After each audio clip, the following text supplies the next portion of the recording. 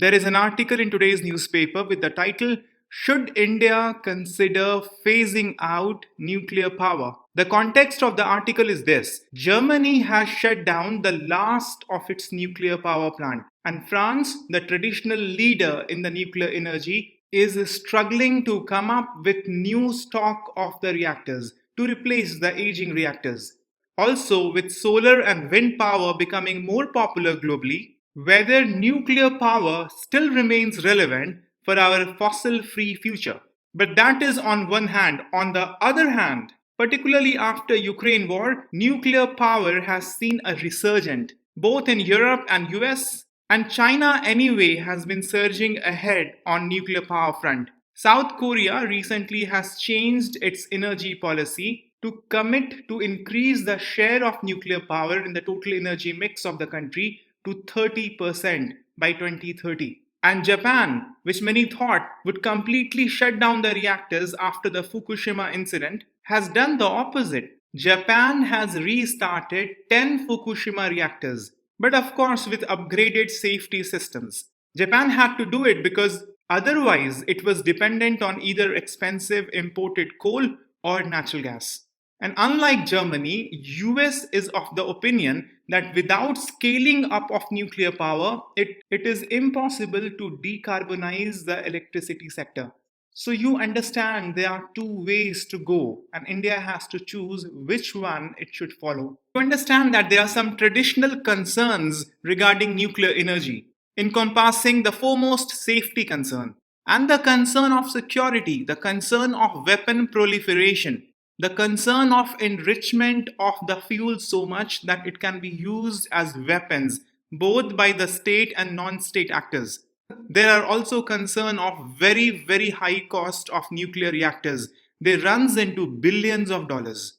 And the attached opportunity cost that comes with such a large investment. If that is the major chunk of investment of government going into nuclear reactor, then obviously the investment for renewable energies like wind and solar will reduce. The concern on safety also includes the concern of waste disposal and the concern of energy independence, energy security, or strategic autonomy, because many countries may not have the domestic capability to develop reactors, their components, maintain the whole nuclear facility, etc. But many of these concerns, they have been addressed by technological development. Obviously, all these concerns cannot be completely resolved. But with advancement of technology over the period of time, many of the debilitating effect can be mitigated to instill more confidence among people and also in the government. For instance, new nuclear reactors like the advanced light water reactors or the fast breeder reactors, they incorporate more passive safety measures. Active safety measures means that whenever something goes wrong, the cooling mechanism will be activated. But passive safety measures, they are inbuilt within the system. If something goes wrong, the reactors automatically will slow down and will be put to rest, just like the active immunity and passive immunity of the body. So the meltdown risk of the reactor, that's low, and because of passive safety features, there is higher tolerance for human error or for natural disasters. For instance, a reactor by the name of AP1000. It is developed by Westing Electrical Company. It's a US-based company. This reactor can withstand earthquakes and tsunamis, and it has 72-hour backup system.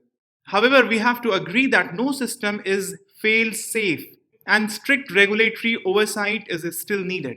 India has improved the oversight on its nuclear facilities. In 2018, UPSC has asked this question: in the Indian context, what is the implication of ratifying the additional protocol with the International Atomic Energy Agency?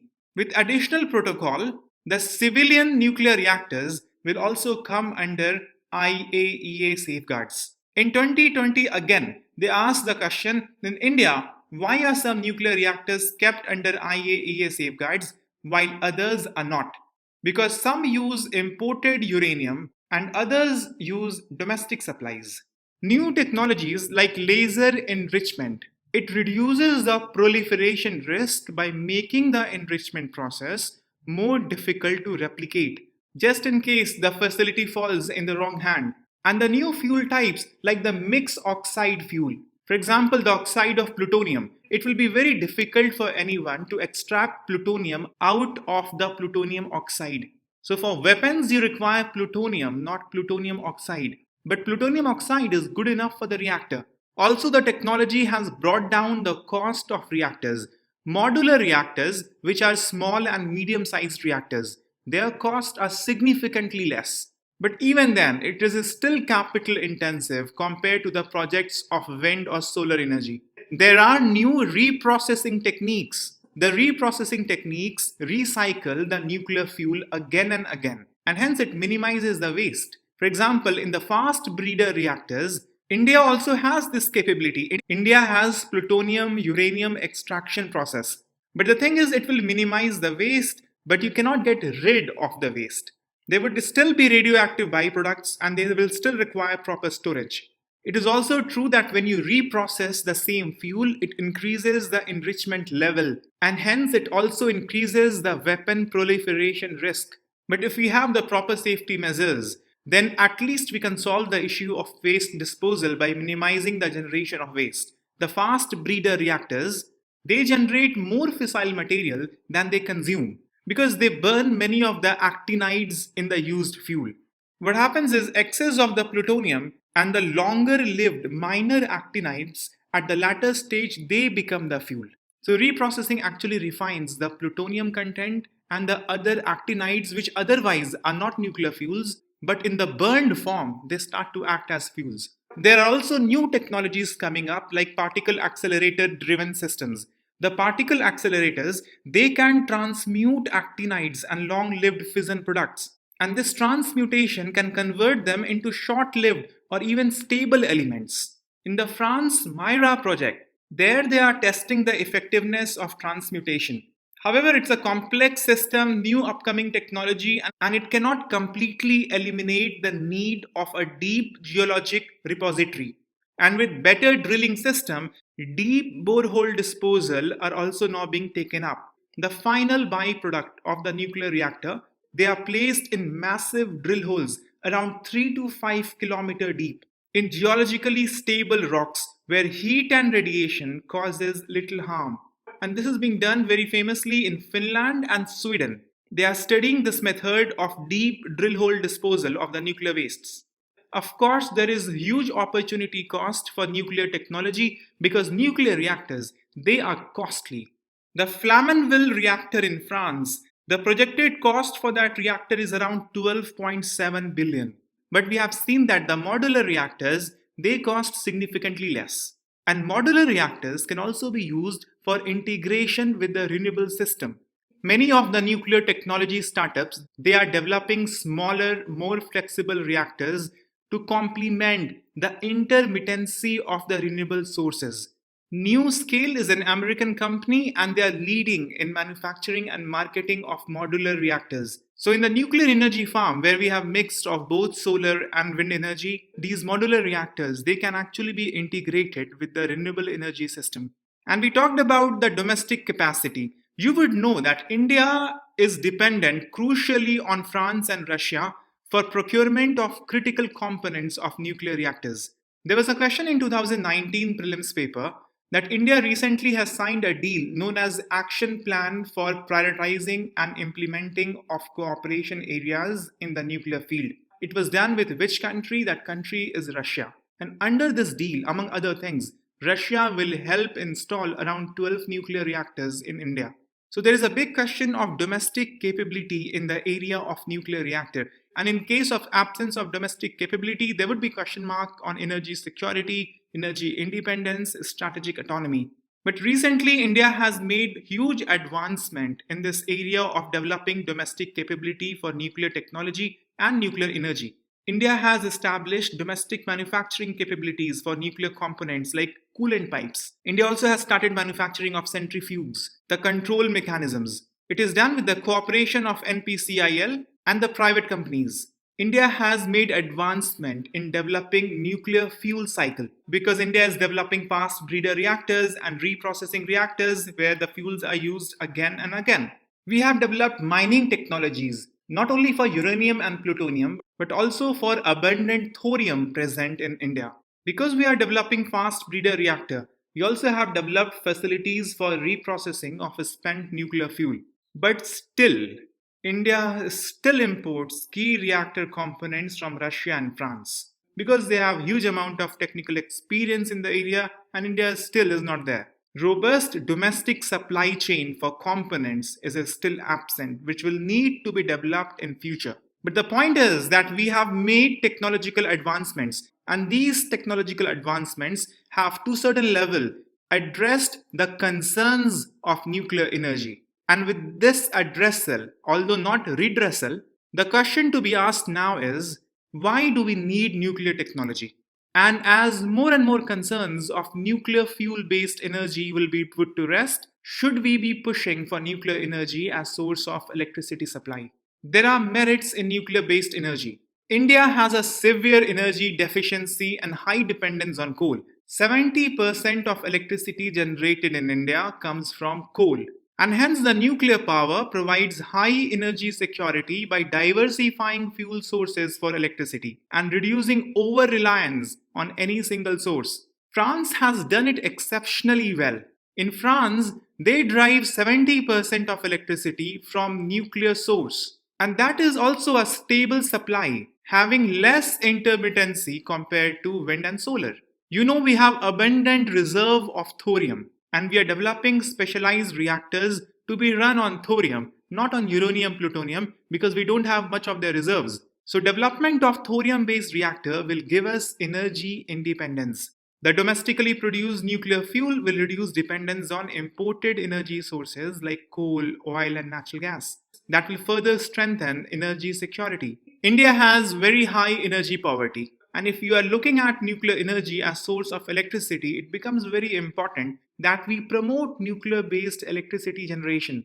There are statistical evidence to show that there is a direct link between energy consumption per capita and HDI level. Countries having lower HDI level, they also have lower energy consumption per capita. And developed countries higher on HDI, they are also higher on per capita energy consumption. And there is a still more direct link between electricity consumption and HDI development index. You know that the nuclear fuels, they supply huge amount of energy converted into electricity, gives opportunity to citizens in various ways, overall increasing the HDI index. It gives opportunity for better farming, for better learning, better schooling, better facilities in hospital, more opportunity for trade and commerce, etc., etc. Although not completely carbon free, but nuclear technology, they are low carbon source. Unlike coal, the nuclear power does not emit greenhouse gases and particulate pollution. And hence it can help India meet its climate change mitigation goals under the Paris Agreement. In this line, the country Sweden, it has aimed to phase out fossil fuels in favor of nuclear and renewable energy. Development of nuclear facilities, they will also usher economic benefits. It will create many jobs. Jobs in research, jobs in construction, supporting sectors in maintenance, etc. The Kudankulam nuclear power plant in Tamil Nadu, it employs more than 2,000 people. The Canada's uranium mining industry alone employs over 60,000 people. And these kind of activities also sustain remote communities. The problem with renewable sources like wind and solar is that they are not reliable. The energy supply is intermittent. The answer for that is a better storage system, development of battery technology. But the problem is that battery technologies are costly and they also have environmental implications. The nuclear power plants, they operate at very high capacity, 90% or even more than that, for most of their lifetime. And hence, they provide a constant and stable source of power to the electricity grid, regardless of the weather condition or time of the day. We have talked about Sweden, how it has aimed at using nuclear and renewable energy for a carbon neutral grid. South Korea is generating about 30% of its power from nuclear energy. And their nuclear power plants, they are operating at 95% capacity. To answer the question, should India consider phasing out nuclear power? We also have to consider the extent of investment already gone into it. India has invested heavily in the nuclear energy sector. There are 22 commercially operating reactors in India. There are 7 more under construction. The Kudankulam plant alone, it has costed around $6.7 billion. So, scrapping nuclear energy prematurely would lead to loss in this investment. The capital would be wasted because the lifetime of the nuclear reactor is very high, 60 to 100 years. And since we have come up with advanced technologies, as we have talked about the fast breeder reactors, we have thorium based reactors, the reprocessing technology. Because of these technologies, many of the concerns of nuclear based energy has been addressed, and hence this strengthens the case of using nuclear energy in India. Development of nuclear reactor can also drive the overall technological ecosystem in India through various mechanisms. It can promote the development of technology in many other areas like material science. Nuclear reactors, they require advanced materials that can withstand high temperature, high pressure, high radiation over long periods. So progress in materials like zirconium alloy, graphite, there are many new kind of ceramics. Progress in these materials that will have application in other industries like aerospace, defense, electronics.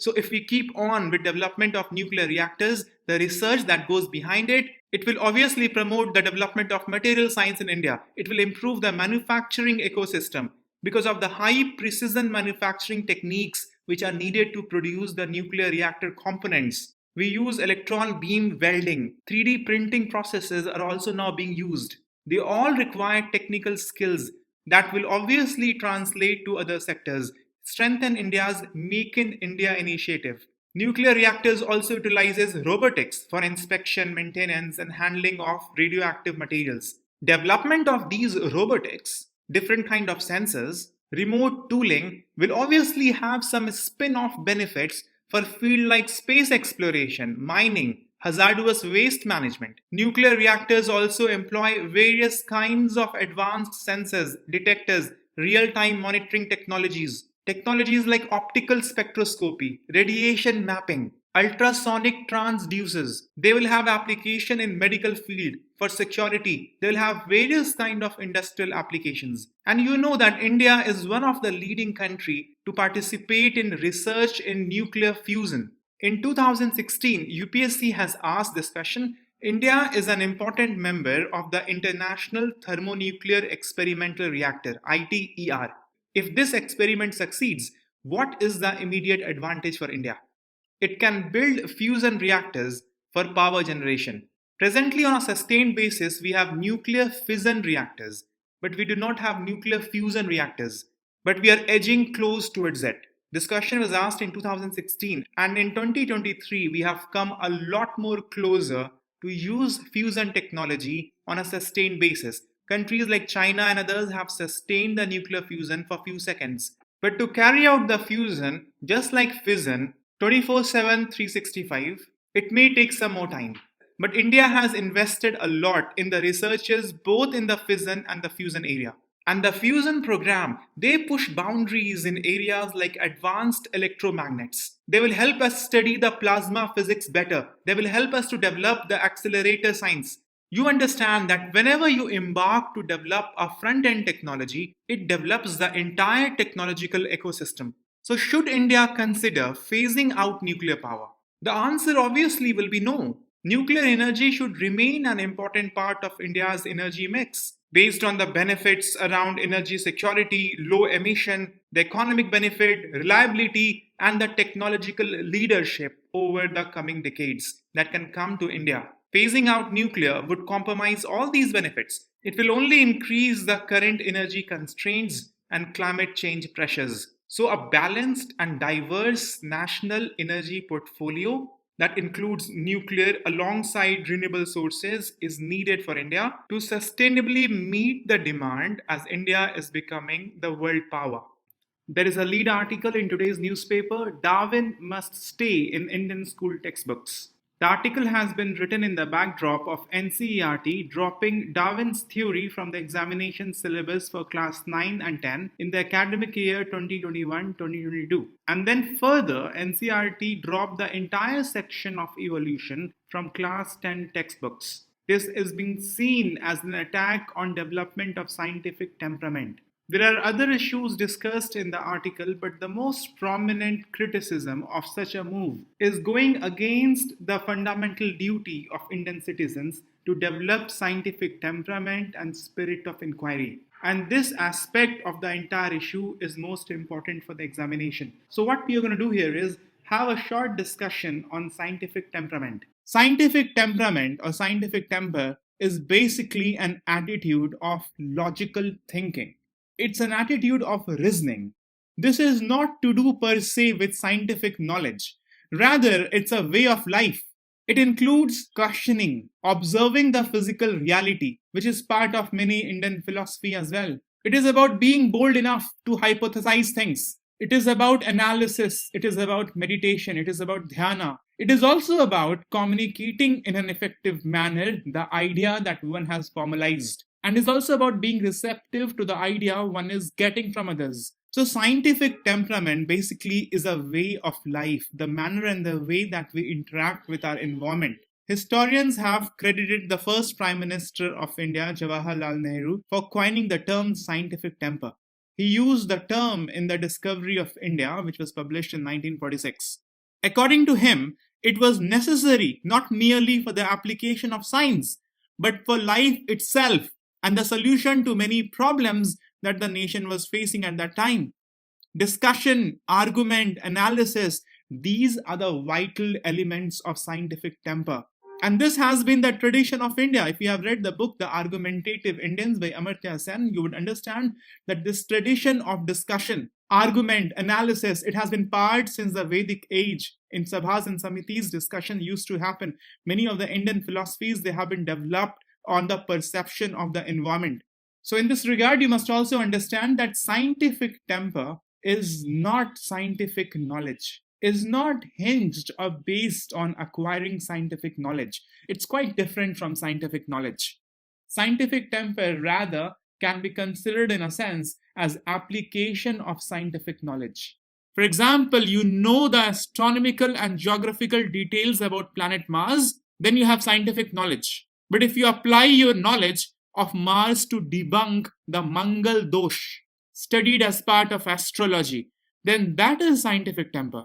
Not everyone is capable of affording higher knowledge and acquire high-end scientific knowledge, but scientific temper can be adopted by anyone, regardless of their educational background. All one need to do is to not accept any claim, theory, advertisement, propaganda, information coming from social media, anything, without asking for proof, and accepting only after one is convinced about it. And one should be convinced based upon reason, not purely on emotion.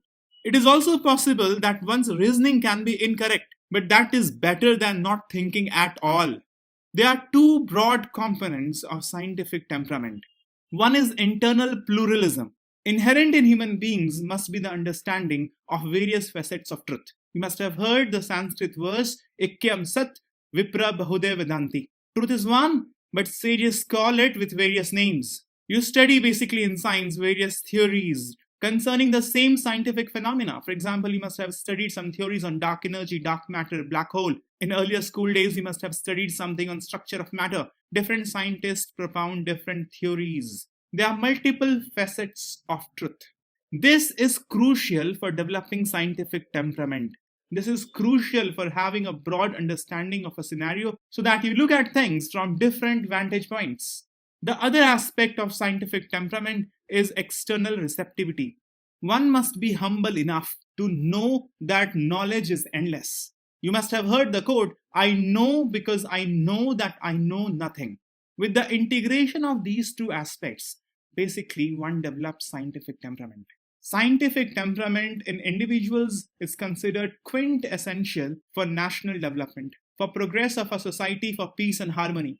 For this reason, scientific temperament also has a legal basis in India. Via 42nd Amendment of the Constitution in 1976, fundamental duties have been added in Article 51A. And it says, it shall be the duty of every citizen of India to develop scientific temper, humanism, and the spirit of inquiry and reform. Development of scientific temperament basically broadens mind. It trains the mind to better analyze a complex situation, and that becomes important, especially in multicultural society like India.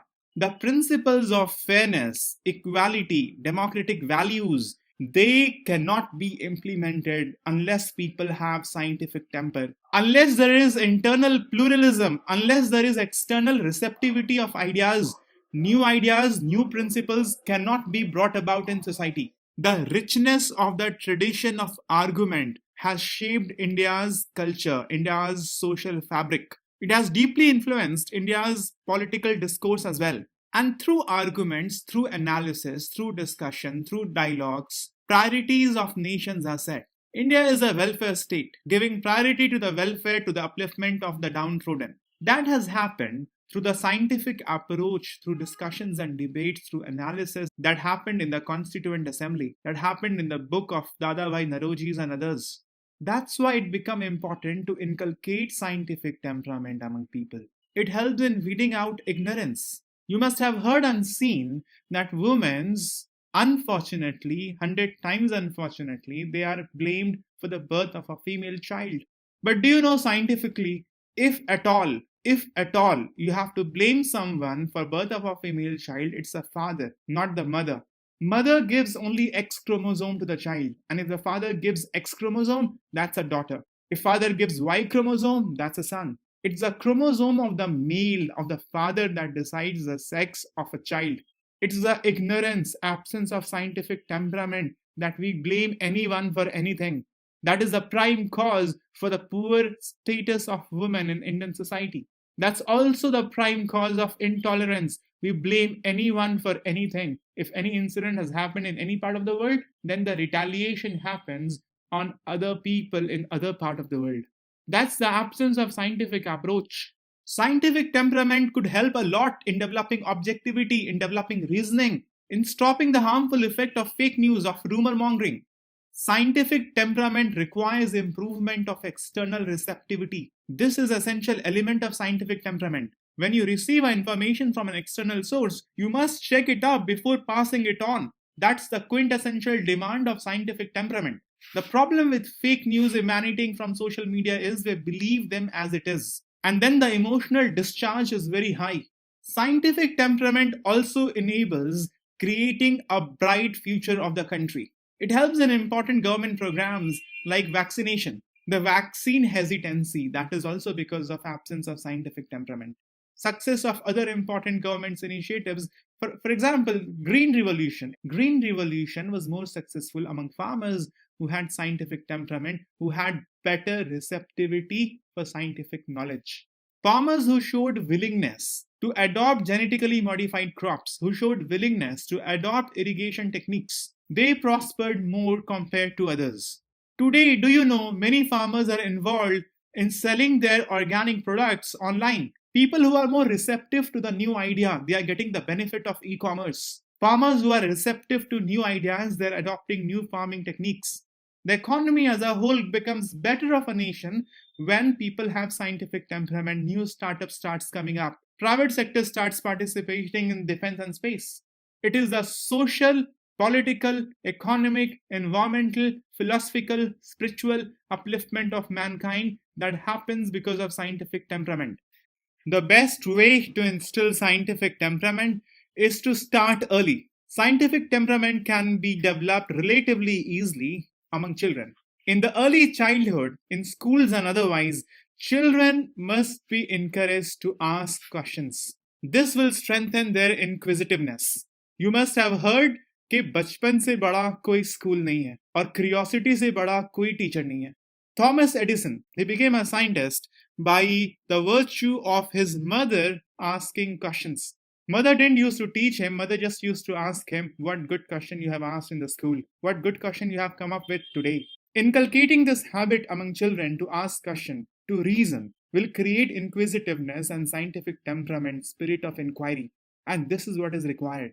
You don't accept things easily. Whenever something is told to you, you ask for reason. If reason has not been given, you yourself look for the reason. That is what scientific temperament is.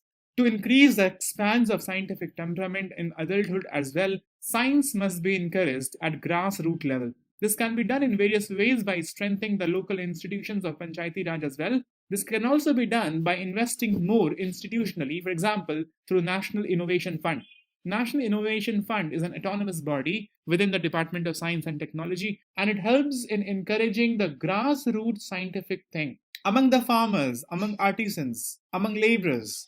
This fund does not deal with high end scientific work done at the CSIR laboratory or other institutions.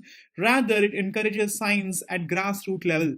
We must have the position of pride for scientists and science in our society so that it is seen something to aspire for. Many a times it is seen that the non scientific temperament emanates from religious instruction. But as you understand, religion is a sentimental issue, and religious instruction cannot be just countered or debunked and replaced by scientific instruction. So, to counter religious instructions that is creating non scientific temperament, one has to use scientific temperament and come up with religious teachings that encourages scientific temperament. For example, to counter religious teachings that encourages superstitions and orthodox elements, religious instructions itself must be used. For example, reviving the scientific Vedic learning like philosophy of Advaita Vedanta or absolute monoism, which is more like modern science. The philosophy of Jainism like Anikantavad, the possibility of multiple truth.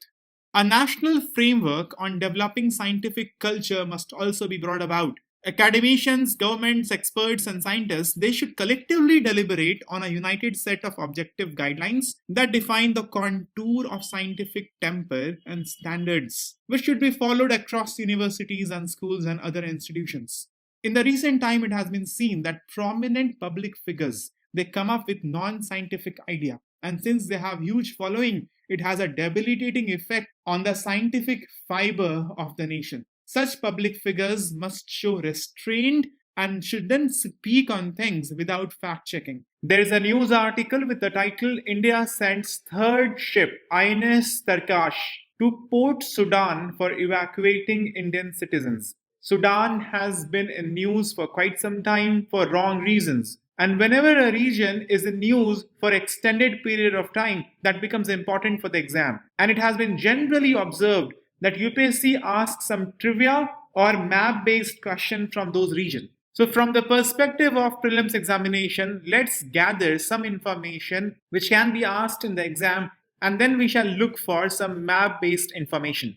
Sudan, first of all, is the third largest African country by land area after Algeria and Congo. Sudan gained independence from joint Egyptian and British rule in 1956. After that, it tried to adopt a parliamentary form of government with bicameral legislature. India although always had good relation with Sudan, but the relation improved considerably after 2000.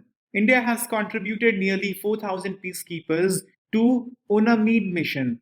UNAMID stands for United Nations African Union Mission in Darfur. India is the third largest troop contributor for UNAMID mission.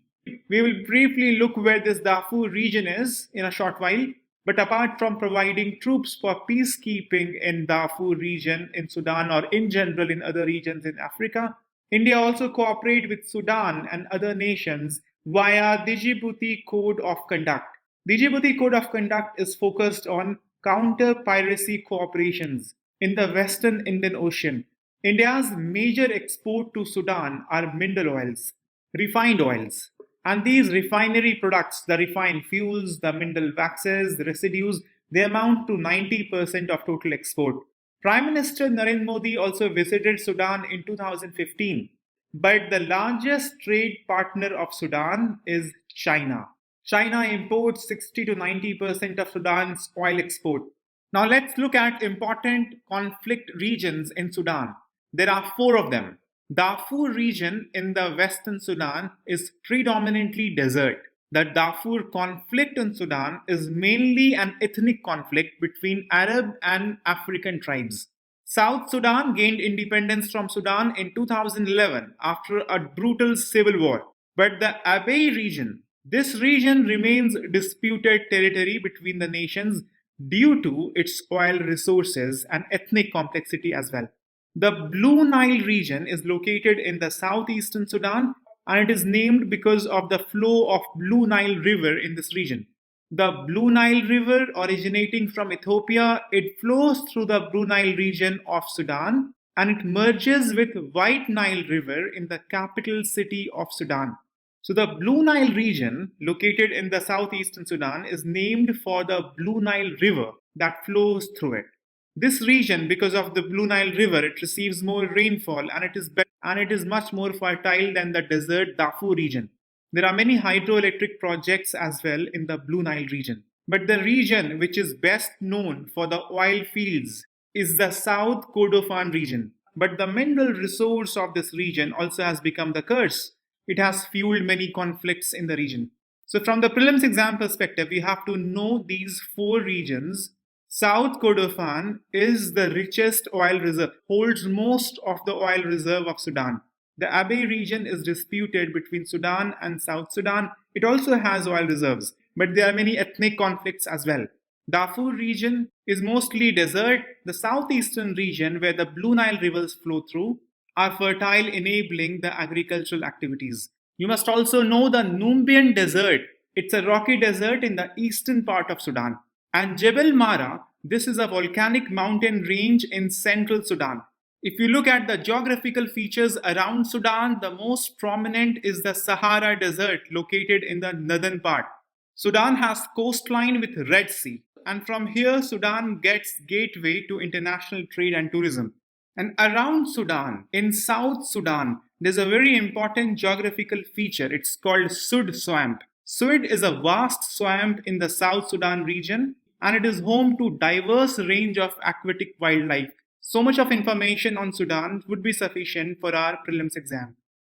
There is an editorial article, Killer Mafia.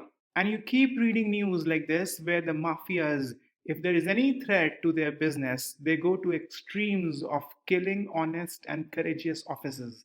UPSC has asked a case study in the last year mains exam. This case study is based on real incident. But since this is a case study of last year paper, so you must already have gone through the discussion. You may also have written the answer already. If you have not, then try your hand on this, post your answer in the comment section, and I'll definitely evaluate your answer. And if you already have, then try to write a better version of your answer and post it in the comment section. I'll definitely evaluate your answer. You will also get a sample answer to this case, if you not already have, in the DNS notes PDF, but not today, tomorrow morning. Tonight, you try your hand on this.